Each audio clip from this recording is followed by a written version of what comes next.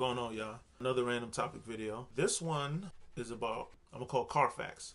This is the facts to, buying a car. And I'm gonna take you through the different cars that I bought throughout my life. I had about 3 different cars. A Mazda 626, an Infiniti. I don't remember what it was. It was just, I know it was an Infiniti. It might have been an i30, I think, if that's what it's called. I got a Chevy Malibu now, which I haven't seen in a while. Damn near the whole year.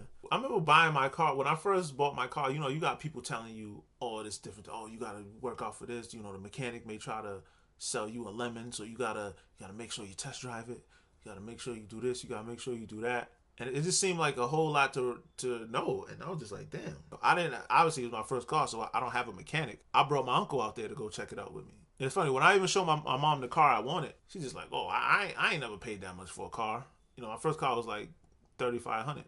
The Mazda 626. I saved up like 6 G's or something like that. And I was like, yeah, I want to get me something decent. I ain't getting so real fucked up hoopty.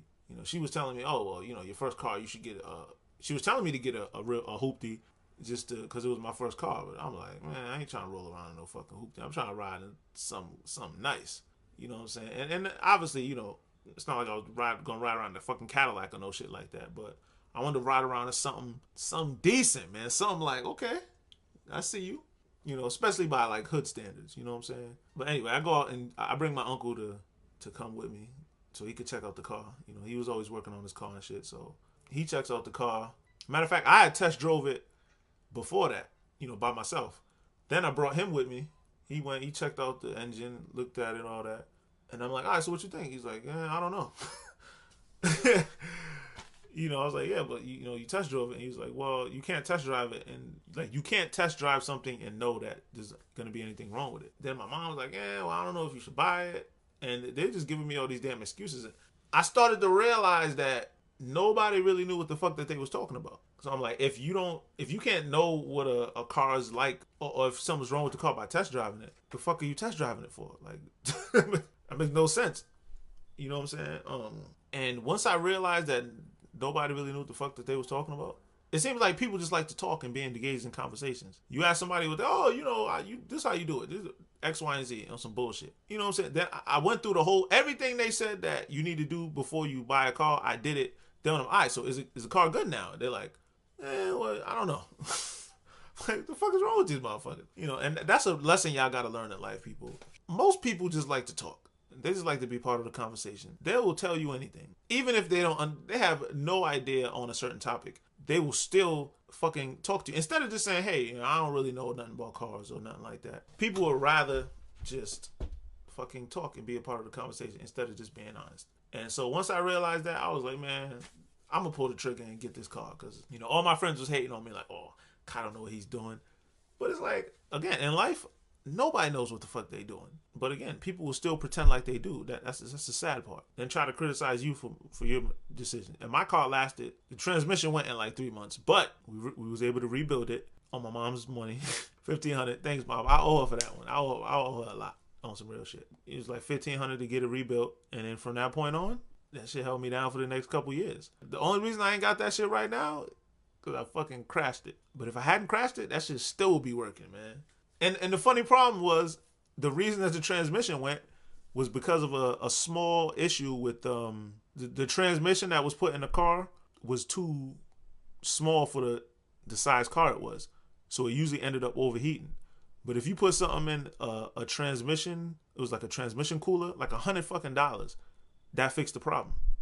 And I figured this shit out the hard way. Like, I would say, if you buying a car, pick the car that you want first, and then do research on that car and see what other problems people have had with it. If there's some type of like factory issues, if there's like a recurring issue that a bunch of different customers have dealt with, find that exact car and see what people are saying out there with the internet. That's the best way to know what you are going to have to deal with. Find out how many owners it had, all these different things. But I would just research on what exact, like the year, the make, the model, all of that, and find out other people who've had that car and what issues they've had with it. Because most likely you're going to run upon them same issues. That's the best advice, because most people, they'll just sit there and fucking, well, you got to test drive it. You got to bring a mechanic with you. You got to do this, do that, do that. But at the end of the day, unless the mechanic's going to get to take the whole fucking engine apart, there's not much he can tell you. He's going to look at it like, it looks okay. Don't listen to what these motherfuckers is talking about out here. My next car I bought, after I crashed the Mazda 626. And again, I still didn't have the mentality to like really research the car because I'm still I don't remember how old I was. It's like 2010. No, 2011. Yeah, so I had the 626 for like 3 years. 2011, crashed it, then had to get another one. And at that point, I just needed something to get from point A to point B. So that's why I got the Infinity. I think I got it for like 2,000. Biggest waste of money I've ever had. That car was trash. That shit did me. That shit was always fucked up. Always in a mechanic. I mean, that shit definitely cost me more. It had to have cost me more money than I paid for it over the years. I don't remember how long I had it until finally I went and got the Chevy Malibu. And, it probably hasn't been as, actually at this point, that shit definitely cost me more. But I paid like $1,500 for it. I think it's worth way more than that. But what I've paid in fucking repairs, I don't even know if an old car is worth it at this point. I probably just get like I'd rather just lease some shit.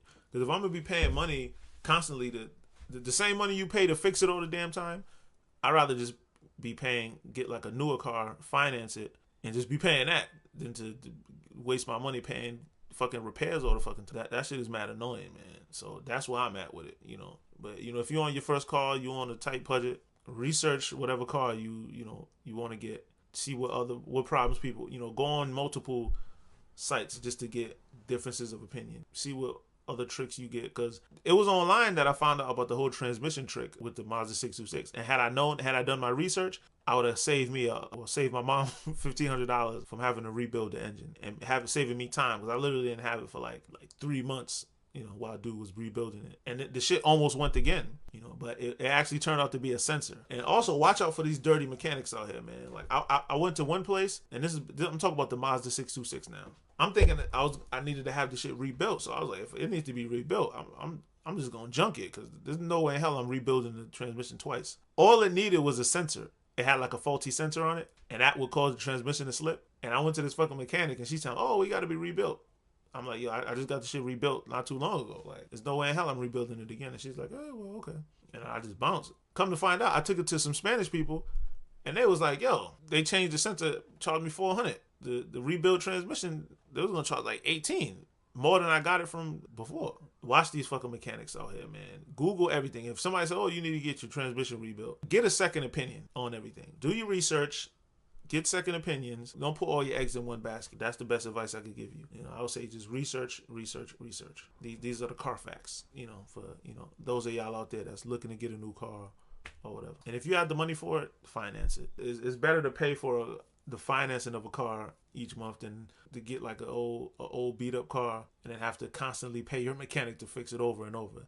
And then that's when the mechanics start doing all that fuck shit. Fucking with the shit, overcharging you and all that, and you have no idea. So if you could avoid all that, just go finance a car. I ain't the least type of nigga. I want to earn it or own it at a certain point. So I'm cool on my bike though. Anyway, these are the car facts. Just my thoughts, ladies and gentlemen. Holla at you, boy.